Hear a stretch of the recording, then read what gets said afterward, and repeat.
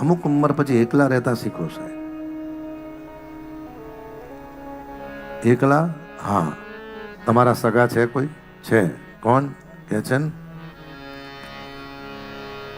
એક સાચો સગો મારો શ્યામળિયો, એક સાચો સગો મારો શ્યામળિયો, એક સાચો સગો મારો શ્યામળિયો, એક સાચો સગો મારો શ્યામળિયો.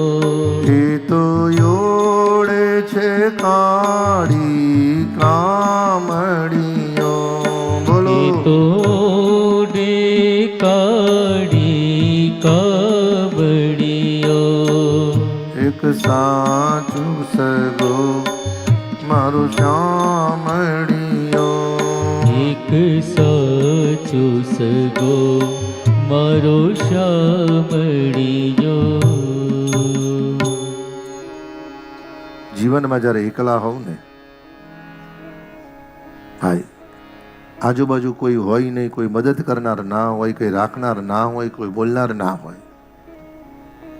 ઘરમાંથી નીકળો, ભગવાનને વંદન કરીને પ્રભુ આગળ થજો.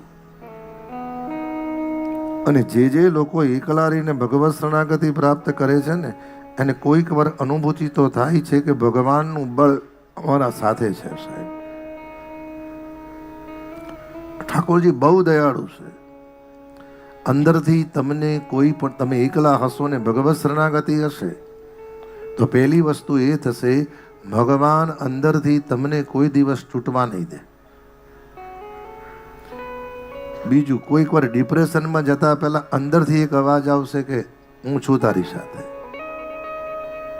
અને ત્રીજું, તમારે જેની જરૂર છે તમારે જવાની જરૂર નથી, ભગવાન જ તમારા માટે લઈ આવશે. હા,